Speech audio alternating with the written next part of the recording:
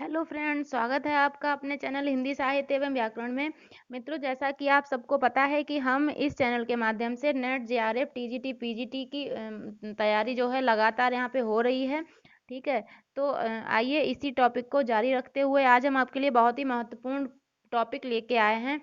ठीक है। इसमें क्या आपको मिलेगा, उपन्यास के सब लगभग में इम्पोर्टेंट महत्वपूर्ण उपन्यास के विषय जो हैं आपको यहाँ पे मिलेंगे हैं। इन विषयों को हमने एक जगह पे एकत्र करके आपके लिए जो है लाए हैं।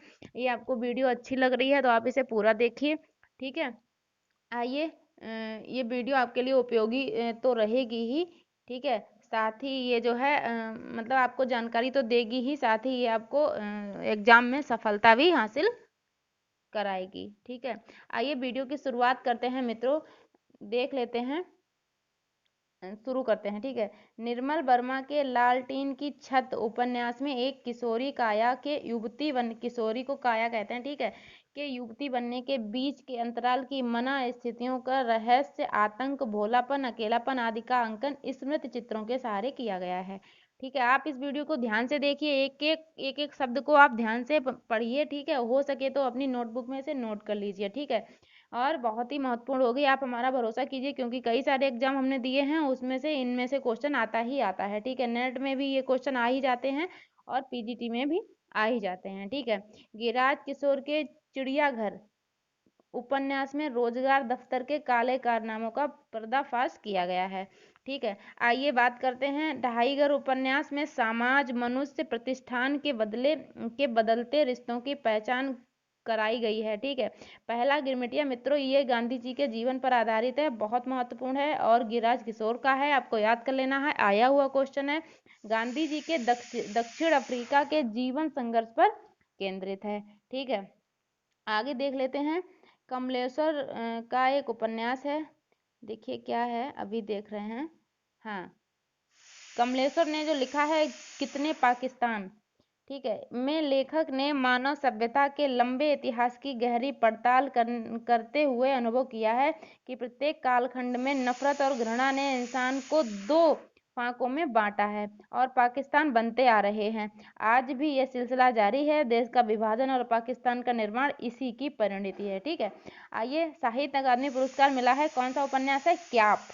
क्याप उपन्यास किसका है मित्रों, मनोहर श्याम जोशी का। इस पे कब मिला है साहित्य अकादमी पुरस्कार, 2005 में। ठीक है, के लिए दिया गया है। यह उपन्यास में चित्रित किया गया है कि राजनेता भ्रष्ट और सत्ता लोलुप हो गए हैं, एकता, मानवता और जीवन मूल्यों की बात करने वाला पागल बोल दिया जाता है। जैसे जो भी एकता की बात कर रहा है उसे क्या है, पागल बोल दिया जाता है। ठीक है। और पागल बोल दिया। इसमें कूर्माचल जगह है मित्रों। ठीक है। कूर्माचल के कस्तूरी कोट, इसे वर्तमान में नाम दिया गया है, वाल्मीकि नगर की कहानी कही गई है। पूछते हैं कि वाल्मीकि नगर की कहानी किस उपन्यास में कही गई है, तो आपको मनोहर श्याम जोशी को क्याप उपन्यास में कही गई है। और इसे कब साहित्य अकादमी पुरस्कार मिला, तो 2005 में मिला। आइए देख लेते हैं, अमरकांत का है इन्हीं हथियारों से, बहुत इंपॉर्टेंट है इसे। इसमें अमरकांत कृत जो है अमरकांत ने इसे लिखा है। अमरकांत ने उपन्यास का नायक बलिया जनपद का है। ठीक है, बलिया जनपद का है। इसमें भारत छोड़ो आंदोलन से लेकर देश के स्वतंत्र होने तक का बलिया का सामाजिक यथार्थ ईमानदारी के साथ चित्रित किया गया है। ठीक है। आगे देख लेते हैं, बदी उज्जमा कृत एक चूहे की मौत। देखिए मित्रों, इसमें प्रतीकात्मक ये उपन्यास है, देख लीजिए। एक चूहे की मौत में फैंटेसी शैली में लिखा गया है। ठीक है। यह एक प्रतीकात्मक उपन्यास है, जैसा कि अभी हमने आपको बताया। इसमें चूहा खाना, दफ्तर खा, ठीक है, चूहा खाना क्या है, दफ्तर का प्रतीक है। चूहे मार अफसरों के प्रतीक हैं और क्लर्कों के चूहे मार, ठीक है, तथा चूहे जो है किसके प्रतीक हैं, फाइलों के प्रतीक हैं। ठीक है। इस उपन्यास देखिए, इस उपन्यास में आज की व्यवस्था के पोषक कार्यालयों के हास्यास्पद नियमों, उपनियमों, कर्मचारियों, अधिकारियों की प्रवृत्तियों तथा यथास्थिति बनाए रखने के उनके अजीबोगरीब तरीकों पर व्यंग किया गया है। इसमें जो है ये मतलब ये प्रतीकात्मक उपन्यास है। ठीक है, ये याद रखना है, फैंटेसी शैली में लिखा गया है, ये याद रखना है। और इसमें ये इनका इनका ये प्रतीक है चूहा खाना दफ्तर का, चूहे मार अफसरों का प्रतीक है। इस तरह से ये सब याद कर लेना है, ठीक है। आइए आगे देख लेते हैं। समकालीन कथाकार कौन है? समकालीन देख लीजिए, शिवमूर्ति। शिवमूर्ति का उपन्यास है तर्पण। तर्पण उपन्यास किसने लिखा है? शिवमूर्ति ने, ठीक है। ये 2002 में साहित्यिक पत्रिका तद्भव में प्रकाशित हुआ। उसी वर्ष इस कृति के लिए लेखक को कथाक्रम सम्मान प्राप्त हुआ, उसी वर्ष, ठीक है। और इस उपन्यास पर तर्पण नाम से ही फिल्म बनकर तैयार हो गई है। किसका है? शिवमूर्ति का ये उपन्यास है। आइए आगे देख लेते हैं। महाभोज उपन्यास है मित्रों मनु भंडारी का, देख लीजिए। महाभोज उपन्यास मनु भंडारी ने वर्तमान राजनीति से होने वाले सामाजिक उत्पीड़न तथा व्यवस्था की अन्य खामियों को खुलकर उजागर किया है, ठीक है। 1 इंच मुस्कान राजेंद्र यादव और मनु भंडारी की संयोगी लेखन है, ठीक है। अमर रंजना अमला इसके प्रमुख पात्र हैं। यह आधुनिक व्यक्तियों की प्रेम ट्रेजेडी पर आधारित उपन्यास है। जस्टिन गार्डर कृत क्या है? सोफी का संसार। सोफी का संसार कब? 2016। एक रहस्यात्मक उपन्यास है, इंपॉर्टेंट है मित्रों। एक रहस्यात्मक उपन्यास है। इसमें पाश्चात्य दर्शन के विकास का सजीव चित्रण मौलिक रूप से प्रस्तुत किया गया है, ठीक है। सोफी का संसार अंग्रेजी के बेस्ट सेलर सोफीज वर्ल्ड का हिंदी रूपांतर है। इसका अनुवाद सत्यपाल गौतम ने किया है। ये इसका अनुवाद सोफी का संसार किसने किया है? किसने किया है? सत्यपाल गौतम ने, ठीक है। राजी सेठ कृत तत्सम में स्त्री पुरुष संबंधों का विवेचन इतना सुसंस्कृत, सूक्ष्म और प्रौढ़ है कि पूरा उपन्यास सामान्य प्रेम कथा से बिल्कुल अलग और विशिष्ट स्थान बना लिया है, ठीक है। विशिष्ट बन गया है, ठीक है। दूसरा देख लेते हैं। ऊषा प्रियमवदा कृत क्या है? रुकोगी नहीं राधिका। ऊषा प्रियमवदा कृत रुकोगी नहीं राधिका इंपॉर्टेंट है कि में जो नायिका राधिका है अपने व्यक्तित्व के संरक्षण और विकास के लिए परिस्थितियों से जूझती रहती है और सामाजिक मूल्यों का तिरस्कार कर देती है। इन सब में मानसिक द्वंद्व का भी अनुभव करती है, ठीक है। आइए, ये है सर्वेश्वर दयाल सक्सेना का उपन्यास, इंपॉर्टेंट है। पागल कुत्तों का मसीहा। क्या है मित्रों? पागल कुत्तों का मसीहा सर्वेश्वर का दूसरा लघु उपन्यास है। इसमें पागल कुत्ते संदर्भहीन एवं रूढ़ जीवन मूल्यों के प्रतीक हैं। ये भी एक प्रतीकात्मक उपन्यास है। इसमें जो है प्रतीक है। उपन्यासकार ने यह चित्रित किया है कि हम पुराने मूल्यों से व्यर्थ चिपके रहते हैं, इनके प्रति अंधमोह त्याग कर नई आस्था का स्वागत करना चाहिए, ठीक है। आइए नेक्स्ट देख लेते हैं। उदय शंकर भट्ट का सागर लहरें और मनुष्य। ये मित्रों नेट में आया हुआ क्वेश्चन है, आपको याद कर लेना है। उपन्यास में उदय शंकर भट्ट का सागर लहरें और मनुष्य उपन्यास में मुंबई के निकटवर्ती गांव बरसोवा के मछुआरों का वर्णन किया गया है। मुंबई के निकटवर्ती गांव बरसोवा के मछुआरों का सामाजिक जीवन का सजीव चित्रण किया गया है, ठीक है। राही मासूम रजा के आधा गांव उपन्यास में गाजीपुर जिले के गंगौली गांव की सिया मुसलमानों के जीवन का यथार्थ और मर्मस्पर्शी चित्रण किया। जब मित्रों आप ये वीडियो देखेंगे आपको खुद ही ये वीडियो पसंद आएगी मित्रों, क्योंकि ये वीडियो बहुत अच्छी है। इससे जरूर क्वेश्चन आते हैं। आपको ये बात बहुत अच्छे से, आपने अगर कोई भी एग्जाम दिया होगा तो आपको समझ में आ रहा होगा कि इससे प्रश्न आते ही आते हैं, ठीक है। आगे अभी बहुत से ऐसे फैक्ट आपको मिलेंगे, तो ये आप वीडियो पे लगातार बने रहिएगा, ठीक है। राही मासूम रजा के आधा गांव उपन्यास में किसका चित्रण है? गाजीपुर जिले के गंगौली गांव के सिया मुसलमानों के जीवन का यथार्थ मर्मस्पर्शी चित्रण किया गया है, ठीक है। आइए नेक्स्ट देख लेते हैं मित्रों। हाँ, भीष्म साहनी ने एक उपन्यास लिखा है जिसका नाम है मैया दास की माड़ी। मैया दास की माड़ी को केंद्र बनाकर 19वीं सदी के मध्य से 20वीं सदी के पूर्वार्ध तक 3 पीढ़ियों का सामाजिक सांस्कृतिक चेतना के क्रमिक विकास का प्रामाणिक इतिहास प्रस्तुत किया गया है, ठीक है। ये भीष्म साहनी का उपन्यास है मैया दास की मांडी, ठीक है। 19वीं सदी के मध्य से 20वीं सदी के पूर्वार्ध तक 3 पीढ़ियों का सामाजिक चित्रण है, ठीक है। कृष्णा सोबती के जिंदगी नामा बहुत इंपॉर्टेंट है। उपन्यास में पंजाब प्रदेश की संस्कृति, रीति रिवाज, लोक कथाओं, लोकोक्तियों और 18वीं 19वीं शताब्दी की प्रवृत्तियों का चित्रांकन हुआ है, ठीक है। कृष्णा सोबती का एक और उपन्यास है समय सरगम के लिए व्यास सम्मान 2007 में मिला है, ठीक है। यह उपन्यास ईशान और अरण्या 2 बूढ़े पात्रों को केंद्र में रखकर लिखा गया है। कृष्णा सोबती का जो उपन्यास है समय सरगम, इसके जो व्यास सम्मान मिला 2007 में मिला है। ठीक है। ये उपन्यास क्या है, ईशान और अरण्या दो पात्र हैं इसके प्रमुख, क्या हैं, ईशान और अरण्या। अरण्य मतलब क्या होता है मित्रों, जंगल, ठीक है, उसी से अरण्या बना है। ईशान और अरण्या दो बूढ़े पात्रों को केंद्र में रखकर लिखा गया है। इसमें जीवन जीने, पहचानने और स्वीकारने की कहानी है। ठीक है, आगे देख लेते हैं। नरेंद्र कोहली, नरेंद्र कोहली ने कौन सा लिखा है, अभ्युदय। अभ्युदय किसने लिखा, नरेंद्र कोहली ने। राम कथा को तथा महासमर में, अभ्युदय में है राम कथा को तथा महासमर में, ये भी नरेंद्र कोहली का है। इसमें महाभारत की कहानी जो है नए संदर्भ में प्रस्तुत किया है, महाभारत को नए संदर्भ में प्रस्तुत किया। अभिज्ञान उपन्यास है, सिर्फ अभिज्ञान भी इनका उपन्यास है, किसका है, नरेंद्र कोहली का। कृष्ण और सुदामा की मैत्री को आधार बनाकर लिखा गया, मतलब ये पौराणिक जो कथाएं हैं उन पे आधारित जो है, पौराणिक ग्रंथ है उन पे आधारित उपन्यास है, लेकिन इसमें क्या किया गया है, नए संदर्भ में प्रस्तुत किया गया है। ठीक है।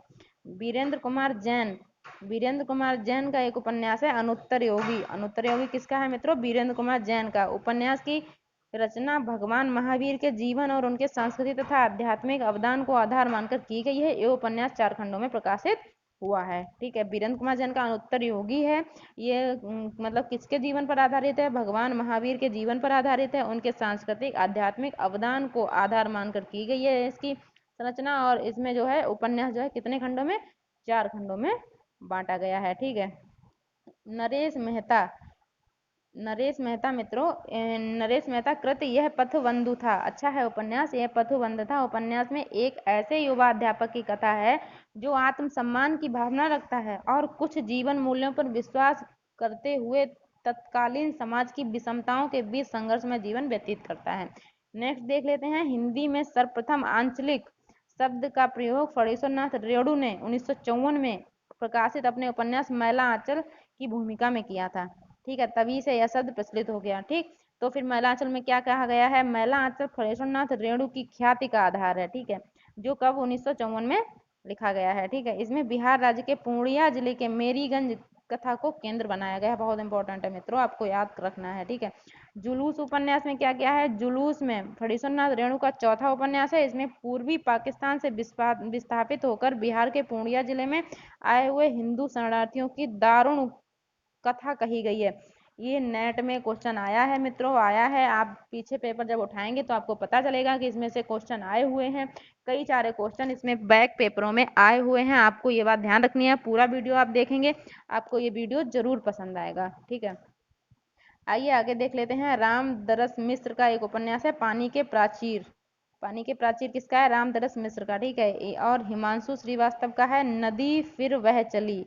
हिमांशु श्रीवास्तव का, इसमें क्या है, उत्तर प्रदेश के ग्रामीण जीवन का यथार्थ चित्रण प्रस्तुत करने वाले उपन्यास हैं। ठीक है, आइए और देख लेते हैं।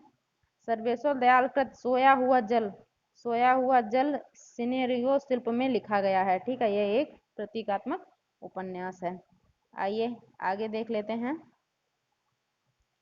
आगे देख लेते हैं मित्रों।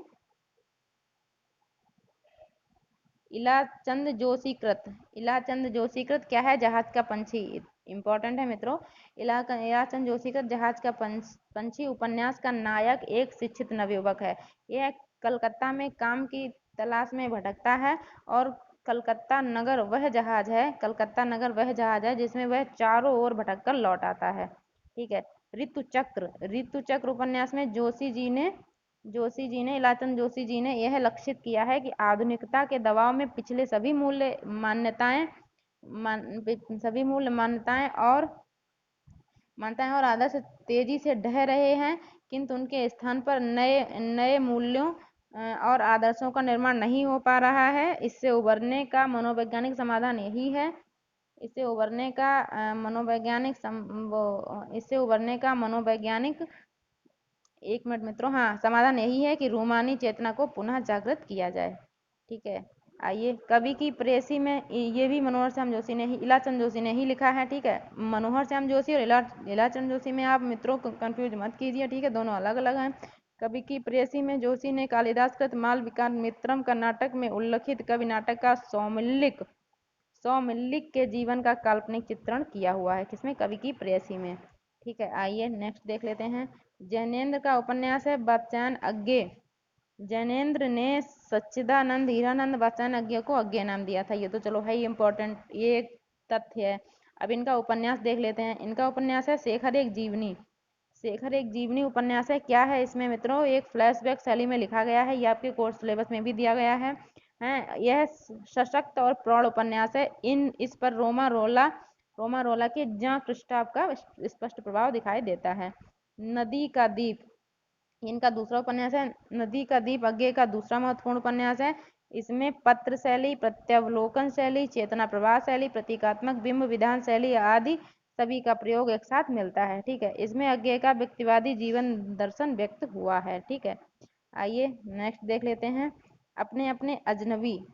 मित्रों इंपॉर्टेंट है ये उपन्यास। अपने अपने अपने अपने अजनबी ये भी आया हुआ उपन्यास है। ये भी क्वेश्चन आया है नेट में ही, ये ऐसे क्वेश्चन आते हैं और हम यहाँ पे नेट की ही तैयारी स्पेशल कर रहे हैं। तो आपको ये उपन्यास जरूर देख लेने हैं मित्रों। इसमें से एक प्रश्न हमें लग रहा है इसमें से जरूर आना ही आना है, आना ही आना है। आप ये बात लिख लीजिए, आना ही आना है। तो आप इसको जरूर देखिए, पूरा देखिए। ठीक है, तो देख लेते हैं आगे। अपने अपने अजनबी उपन्यास में अज्ञे ने मृत्यु से साक्षात्कार, बहुत इंपॉर्टेंट है, को उपन्यास का विषय बनाकर मानव जीवन और उसकी नियति का मार्मिक विवेचन किया है। ठीक है, आइए ये जो है हमारे वीडियो का एंड होता है। ठीक है, उम्मीद है हमें आपसे कि हमारी ये वीडियो आपको ज़रूर पसंद आएगी। जो विद्यार्थी किसी भी चीज़ की तैयारी कर रहे होंगे, खास करके नेट की हिंदी विषय से, तो उनके लिए ये टॉपिक बहुत ही महत्वपूर्ण होने वाला है मित्रों।